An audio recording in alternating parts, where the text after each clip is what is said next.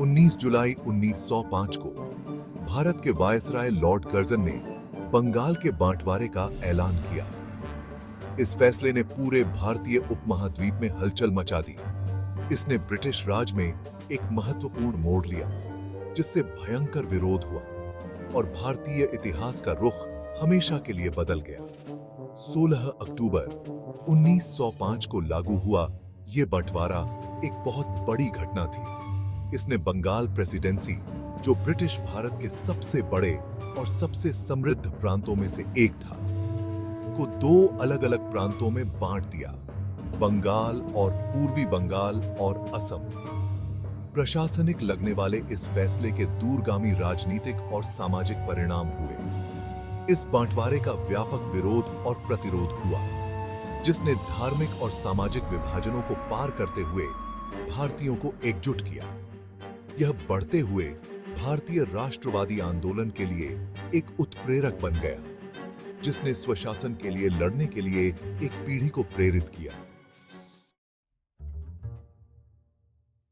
Lord Curzon के नेतृत्व में ब्रिटिश प्रशासन ने प्रशासनिक आधार पर विभाजन को सही ठहराया। उनका तर्क था कि बंगाल प्रेसिडेंसी प्रभावी ढंग से शासन करने के लिए बहुत बड़ा और बोझिला था। उन्होंने दावा किया कि इसकी विशाल आबादी और विविध समुदाय महत्वपूर्ण प्रशासनिक चुनौतियां पेश करते हैं। कर्जन ने तर्क दिया कि प्रांत को विभाजित करने से प्रशासनिक दक्षता में सुधार होगा, कानून और व्यवस्था में वृद्धि होगी और बेहतर शासन की सुविधा मिलेगी। अंग्रेजों के दावे के अनुसार पूर्वी बंगाल और असम के नए प्रांत, जिसकी आबादी मुख्य रूप से मुस्लिम थी, पर भी ध्यान केंद्रित किया जाएगा और उसका विकास किया जाएगा। हालांकि इन औचित्यों को व्यापक रूप से गहरे राजनीतिक मकसदों के लिए एक छद्म आवरण के रूप में देखा गया था। आलोचकों ने तर्क दिया कि विभाजन के पीछे वास्तविक इरादा बंगाल में बढ़ते राष्ट्रवादी आंदोलन को कमजोर करना था। यह प्रांत बौद्धिक उत्साह और राजनीतिक सक्रियता का केंद्र था और अंग्रेज अपने शासन के लिए किसी भी संभावित खतरे को कुचलने के लिए उत्सुक थे। बंगाल का विभाजन करके वे भारतीय आबादी में विभाजन पैदा करने और एकता और राष्ट्रवाद की बढ़ती भावना को कमजोर करने की उम्मीद करते थे। एक कट्टर साम्राज्यवादी लॉर्ड कर्जन ने विभाजन को भारत पर ब्रिटिश नियंत्रण को मजबूत करने के लिए एक रणनीतिक मास्टर स्ट्रोक के रूप में देखा। उनका मानना था कि एक एकजुट बंगाल ब्रिटिश प्रभुत्व के लिए एक महत्वपूर्ण खतरा है और इसे विभाजित करना ब्रिटिश हितों की पूर्ति करेगा। उनका उम्मीद हिंदू अभिजात वर्ग को कमजोर करने की थी, जो पश्चिमी बंगाल में केंद्रित थे और राष्ट्रवादी आंदोलन में सबसे आगे थे। एक अलग मुस्लिम बहुल प्रांत बनाकर कर्जन ने हिंदुओं और मुसलमानों के बीच फूट डालने की कोशिश की, जिससे भारतीयों के बीच बढ़ती एकजुटता कमजोर हो गई। हालांकि विभाजन का उल्टा असर हुआ।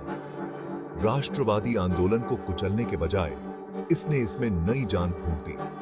धार्मिक आधार पर लोगों और उनकी भूमि के मनमाने विभाजन ने विरोध के एक बवंडर को जन्म दिया, जिसने ब्रिटिश शासन के विरोध में सभी वर्गों के भारतीयों को एकजुट किया। भाग 4, एक विभाजित राष्ट्र, बंटवारा का प्रभाव। 16 अक्टूबर 1905 को बंगाल का बंटवारा लागू हुआ, जिसने कभी एकीकृत प्रांत को दो भागों में विभाजित कर दिया। पूर्वी भाग अपनी मुख्य रूप से मुस्लिम आबादी के साथ पूर्वी बंगाल और असम बन गया, जिसकी राजधानी डक्का थी, जो वर्तमान ढाका है। पश्चिमी भाग हिंदू बहुलता के साथ बंगाल के रूप में बना रहा, इसकी राजधानी कलकत्ता में थी, जिसे अब कोलकाता के नाम से जाना जाता है। विभाजन के तत्काल और दूरगामी परिणाम हुए। इसने व्यापार नेटवर्क, प्रशासनिक प्रणालियों और सामाजिक ताने बाने को बाधित किया। परिवार और समुदाय बिखर गए और भूमि और संसाधनों के मनमाने विभाजन ने आक्रोश और अशांति को हवा दी। विभाजन का बंगाल के सांस्कृतिक और बौद्धिक परिदृश्य पर भी गहरा प्रभाव पड़ा। बंगाली साहित्यिक पुनर्जागरण, जो एकीकृत प्रांत में फला फूला था, को एक झटका लगा क्योंकि लेखकों और बुद्धिजीवियों ने विभाजन के आघात से जूझ रहे थे। हालांकि विभाजन ने अनजाने में एक नई राष्ट्रीय चेतना के बीज बो दिए। अन्याय के साझा अनुभव और विभाजन के खिलाफ सामूहिक संघर्ष ने भारतीयों के बीच एकता और एकजुटता की भावना को बढ़ावा दिया। भाग 5, प्रतिरोध का उभार। एक संयुक्त मोर्चा उभरता है। बंगाल के विभाजन को राजनीतिक दल के भारतीयों के तत्काल और व्यापक प्रतिरोध का सामना करना पड़ा। जीवन के सभी वर्गों के लोग, छात्र, वकील, शिक्षक और आम नागरिक विरोध में उठ खड़े हुए। विभाजनकारी नीति के विरोध में एकजुट हुए। स्वदेशी आंदोलन ब्रिटिश वस्तुओं के बहिष्कार और भारतीय निर्मित उत्पादों की पदोन्नति की वकालत करते हुए गति प्राप्त कर रहा है। लोगों ने केवल भारतीय निर्मित सामानों का उपयोग करने का संकल्प लिया। ब्रिटिश वस्त्रों, नमक और अन्य उत्पादों का बहिष्कार किया। विभाजन के विरोध ने विभिन्न रूप धारण किए, जिसमें बड़े पैमाने पर प्रदर्शन और सार्वजनिक बैठकें से लेकर विदेशी सामानों को जलाना और ब्रिटिश उत्पादों बेचने वाली दुकानों की पिकेटिंग शामिल थी। विभाजन ने क्रांतिकारी राष्ट्रवाद के उदय को भी देखा, जिसमें समूहों ने ब्रिटिश शासन से पूर्ण स्वतंत्रता की वकालत की। विभाजन विरोधी आंदोलन केवल बंगाल तक ही सीमित नहीं था। इसने पूरे भारतीय उपमहाद्वीप में गूंज उठी। विभिन्न प्रांतों और पृष्ठभूमि के भारतीयों को औपनिवेशिक शासन के खिलाफ एक साझा संघर्ष में एकजुट किया।